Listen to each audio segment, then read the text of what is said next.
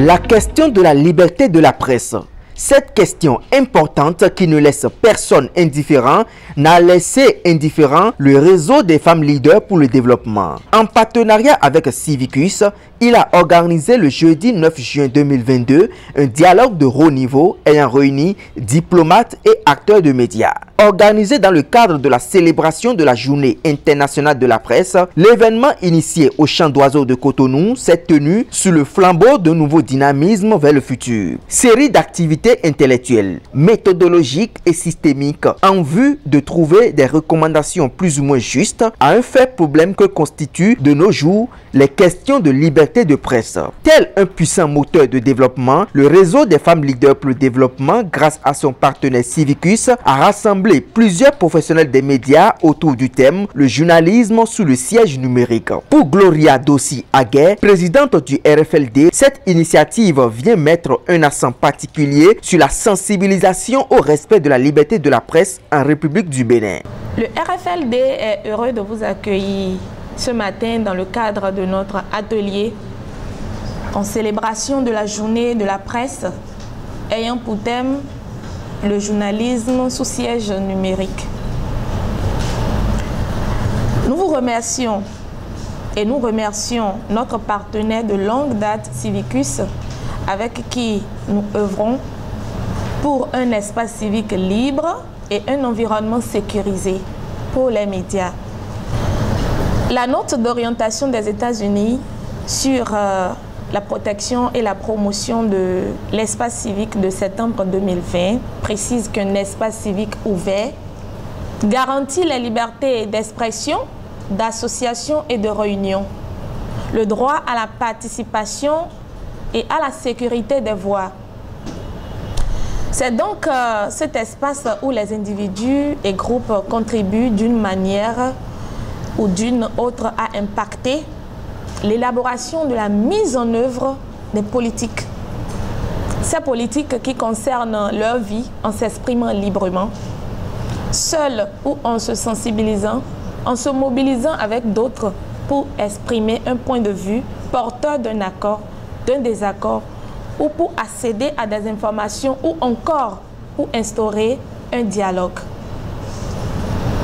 Ainsi défini, la jouissance de l'espace civique fait appel à la jouissance effective des droits reconnus par des instruments internationaux des droits de l'homme auxquels nos États sont partis, notamment la Charte africaine des droits de l'homme et des peuples. Alors, le défi de la société civile dans la région n'est pas seulement de documenter où les restrictions se produisent, mais aussi de travailler pour relever les moteurs sous-jacents et les catalyseurs de la restriction. Offrir un récit qui parle non seulement de restriction, mais aussi de riposte et d'expansion et de création d'espaces significatifs et de construire des réponses citoyennes du local au mondial pour défendre l'espace civique. Alors une opportunité est offerte par le fait que l'espace civique est devenu une préoccupation majeure, raison pour laquelle nous sommes là encore ce matin. Et de nombreux OSC, donateurs et gouvernements et une communauté mondiale émergente comprennent que sans espace civique activé, le développement et le progrès des droits de l'homme ne sont pas possibles. On est d'accord? Le RFLD rassemble alors différents types d'acteurs progressistes de la société civile pour mener une action collective et apprendre les uns des autres. Et nous travaillons avec les défenseurs des droits humains, des militants de la société civile et des représentants des médias. Nous travaillons pour aider la société civile à prendre l'initiative de mobiliser et de travailler en partenariat avec d'autres parties prenantes, y compris les gouvernements, les secteurs privés et les institutions intergouvernementales pour catalyser un changement transformateur. RFLD permet aux acteurs des médias de devenir des agents de changement plus efficaces en encourageant la collaboration et l'engagement de notre alliance diversifiée. Nous offrons aux journalistes la possibilité de maximiser leur capacité de manière en réseau et durable, en créant des opportunités d'apprentissage partagées. Nous promouvons et défendons des coalitions et des réseaux qui soutiennent la société civile et investissons dans la recherche de moyens d'être plus agiles et réactifs. Nous nous mettons au défi et demandons à notre réseau d'améliorer notre propre diversité et de prendre des mesures spécifiques pour être des agents de changement véritablement inclusifs. Alors, chers défenseurs des droits de l'homme, chers journalistes, nous sommes là encore une fois ce matin. Et je pense que nous menons ces luttes depuis des lustres et nous n'allons pas y renoncer. Nous allons continuer parce que cette lutte, elle est promettante, n'est-ce pas? C'est pourquoi nous sommes encore là ce matin. Et je nous encourage à aller encore plus loin, à persévérer pour avoir gain de cause. Merci beaucoup d'être encore là ce matin. Je vous remercie. À sa 29e édition, la célébration de cette journée par Civicus et RFLD vient répondre à la préoccupation d'œuvrer pour une meilleure gestion des libertés de presse au Bénin. Avant le démarrage de la cérémonie, Zakiat Latunji de l'Union des professionnels des médias du Bénin, Joël Noumonvi de l'Association des blogueurs du Bénin et Eulesh Toyomeyi, chef service jeunesse et loisirs de la mairie de Porto Novo et conseiller aux affaires juridiques, ont tour à tour souhaité que ce dialogue soit non seulement un de plus, mais une véritable rencontre dont les recommandations issues prônent un nouveau dynamisme. C'est ainsi que la présidente du RFLD va officiellement lancer les travaux. 3 panels portant respectivement sur la sensibilisation au respect de la liberté de la presse, à une plus grande protection et au respect des journalistes et à la contribution vitale qu'ils apportent aux sociétés démocratiques. Ligne directrice de la Commission africaine des droits de l'homme et des peuples et comment protéger ces données en ligne ont meublé l'activité. Les médias ont un rôle très important à jouer pour instaurer la responsabilité dans un processus démocratique. C'est valable au Bénin, en Afrique et un peu partout dans le monde.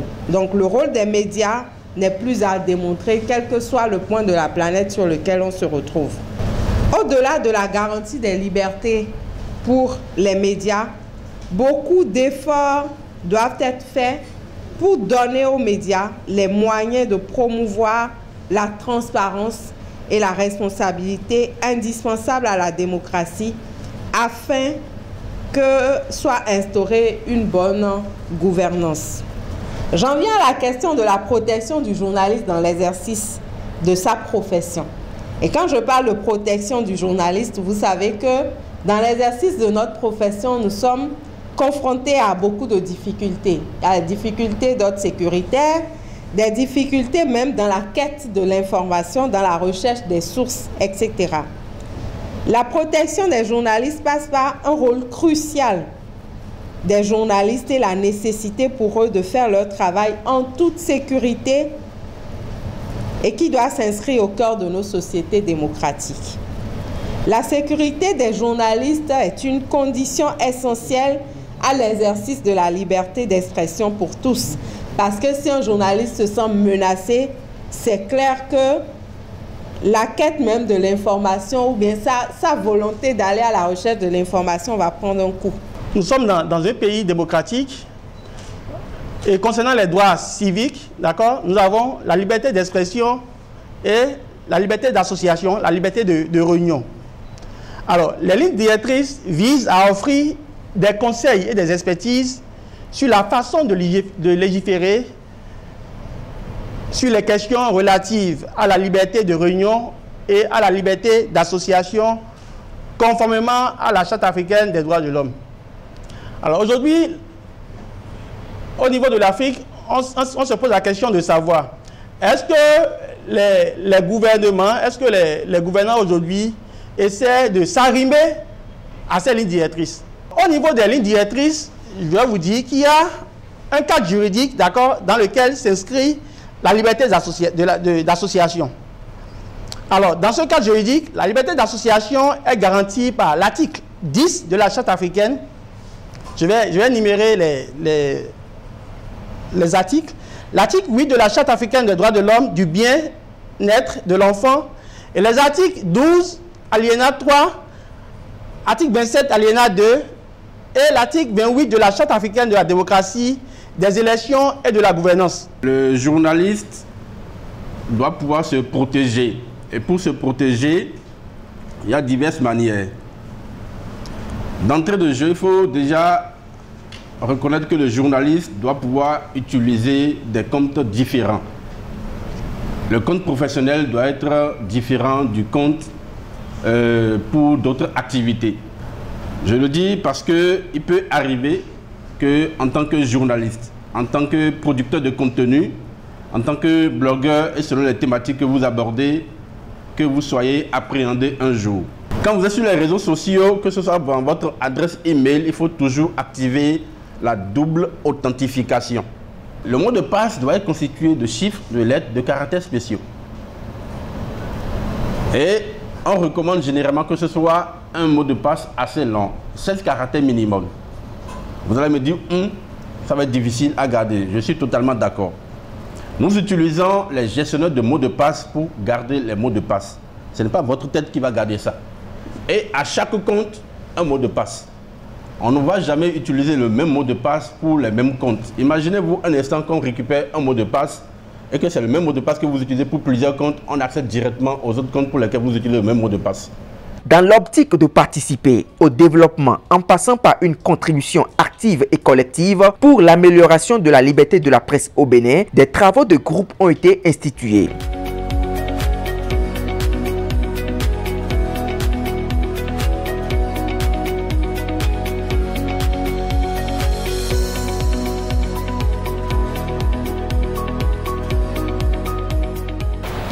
Nous retenons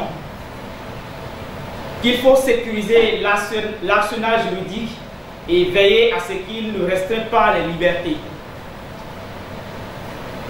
Il faut également créer une plateforme dédiée à l'espace civique sur laquelle les questions relatives aux droits des femmes seront abordées.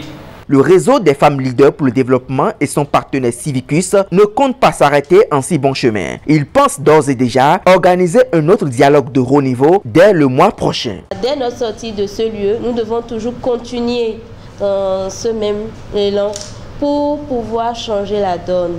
Et encourager les femmes, valoriser les femmes, c'est vrai, ça me tient à cœur au RFLD. Mais ne pas oublier aussi à travailler pour l'ouverture de l'âge de l'espace civique.